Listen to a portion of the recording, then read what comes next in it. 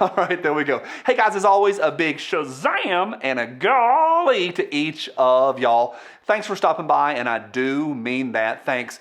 Last night got a little bit of ugly, a little bit testy down in the comment section. A bunch of y'all respectfully pushed back at me pretty hard. Few of y'all disrespectfully, and you were a little bit ugly. It's part of the process. But downtown was a little bit wild down there, and I want to talk to you a little bit about that. There's been some change and some things with BDU as of today. And then at the end, I got a really weird one from the ATF that I just want to get onto your radar and let you just see it. So buckle up. Should be a fun one. Here we go. Hey, today's episode is brought to you by you people. Thank you for every thumbs up. Y'all always crush it. So thank you. I do appreciate that. All right, the genesis was yesterday's episode.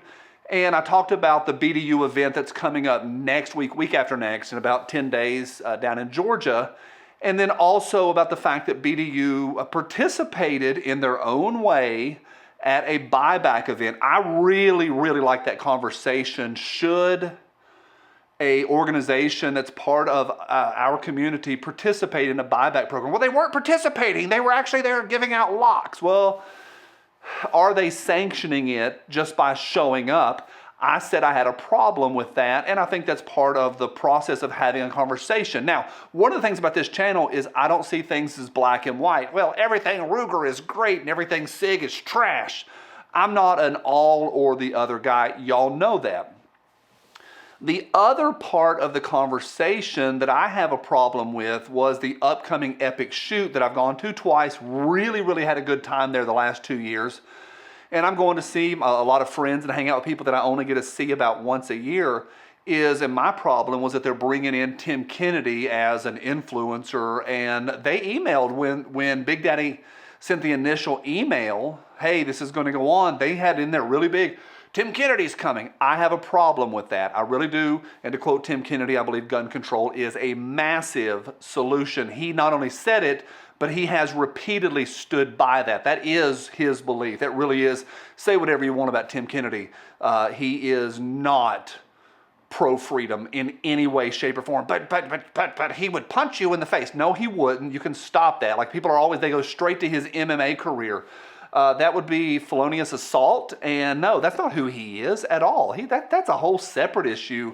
But the other big one is that he has defended that stance multiple times. All right, here I said all that to say this.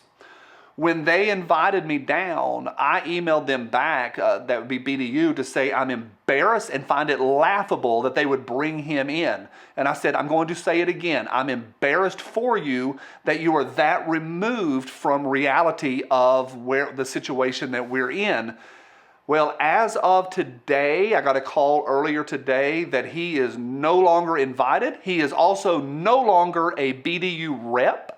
And so that relationship, as of today, on Tuesday, has been, my understanding, completely severed, and he will not be attending the event, and he is no longer invited. I thought that was pretty good. Jared's take yesterday on the entire buyback event was very different than mine. You know, a little different, maybe parallel but different. And so he didn't seem to think it was that big of a deal. I had a problem with it, but not a big enough problem where I'm not going to the Epic shoot. I am now going. I talked to my rep yesterday and I said, well, since the Tim Kennedy thing, I'm still going to go. So I thought that was interesting. Let me know. And you might try being respectful or not. Say what you want to say, but there was a lot of nastiness. Got some nasty emails in last night. Goes with the territory. I'm a big boy. I can handle it. My point of all that is this. I think it matters who we associate with. I think it matters. There's never black or hugely black and white. There's always a continuum. There will be manufacturers at that event next week that are kind of more capitalists than they are pro-freedom. There will be manufacturers there that I have a problem with, and there'll be some there that I absolutely love and will hug those guys and will be glad to see them. And there is a continuum in all of that. Finally, all of that aside, weird stuff out of the AFT. Check out this link. I'm going to put a link right down below, but it looks like they've backed up on the bump stock thing, and like the AFT has said some language that's totally reversed what they've said before. It makes no sense. I don't know about this source, how credible they are, but I would love to hear more information if y'all have any more. But it's a little bit of a mess. It looks like they've backed up. Like, could you imagine that? Inconsistencies in the AFT. Could you imagine that? That's a lot for a Tuesday, but I'll be here all week. We got a lot more to cover because there's a lot going on. Love each of you. Bye.